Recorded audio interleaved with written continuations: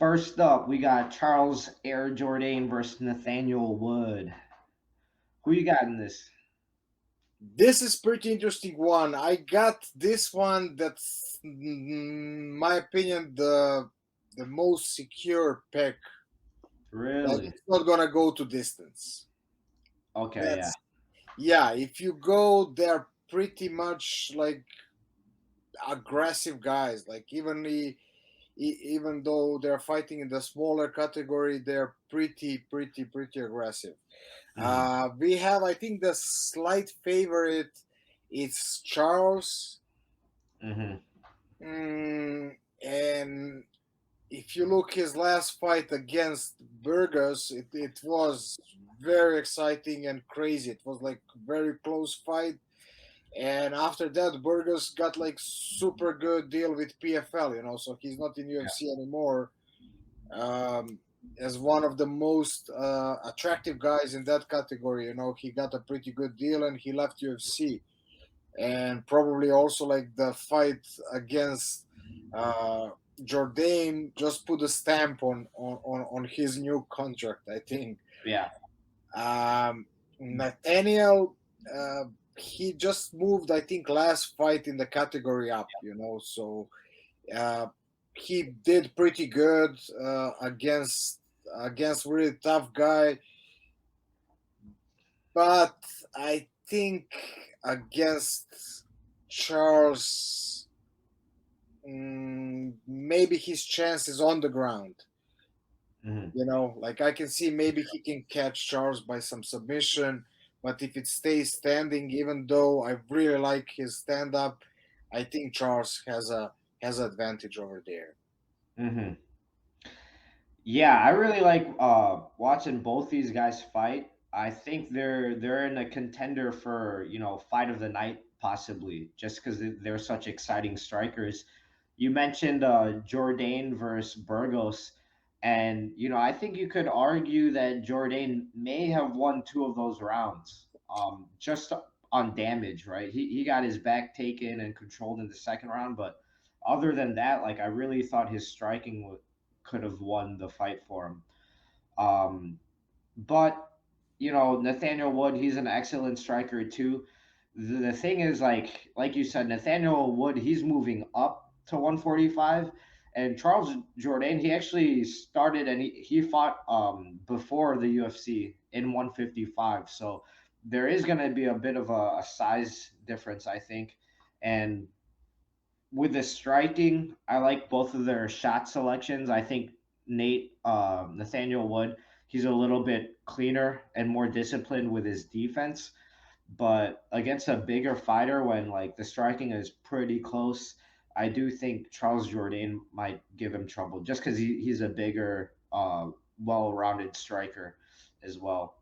Um, but the grappling could make it interesting, like just because I do think they're even in the striking, and Nate Wood, he has a little bit more of a submission like record, like he has more subs in the UFC than Charles Jourdain, so that could be interesting.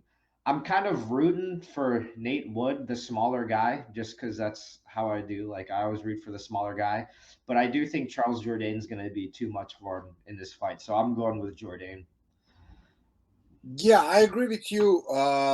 Like they both have one fight of the night. I think Nathan has like one performance of the night. Like you said, like he has three wins by submission in UFC from his five wins. Yeah. So that can be a big factor.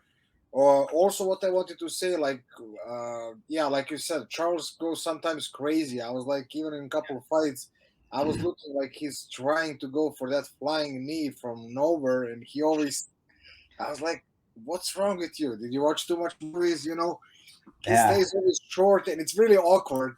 But I like his switching stances when he goes from the southpaw. He nicely attack the body. Uh, with the left kick, and when he switched to the orthodox, he's going like nicely for the low leg kicks, chopping that leg. So and whenever he nicely mixed like setting up the kicks and going for the combination with the strikes. So he's really like when he catch those creativity moments, he's really dangerous, and I think he can change. Like he can hurt Nathaniel like that.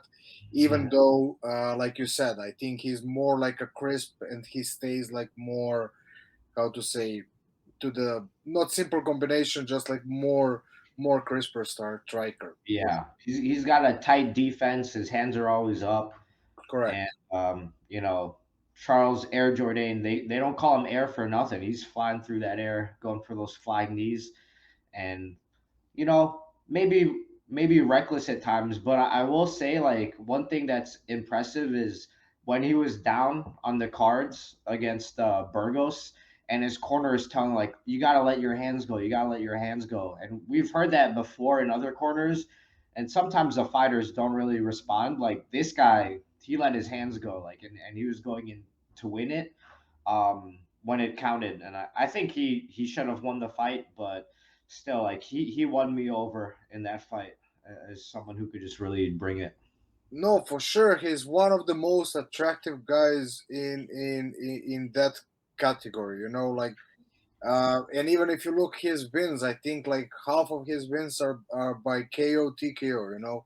He Mhm. brings that hit, like you said, he's trying to finish in every moment of the fight. That's why, like, I'm really like in a couple fights that I watch, I really enjoy his style, and I cannot wait for the fight. And I think that's why I pick him like to win that fight. Like, so I guess we are both clear on this one, both going with Jourdain. Yeah, but if Nate Wood can win, like that's score one for the small guys. I'm all for that.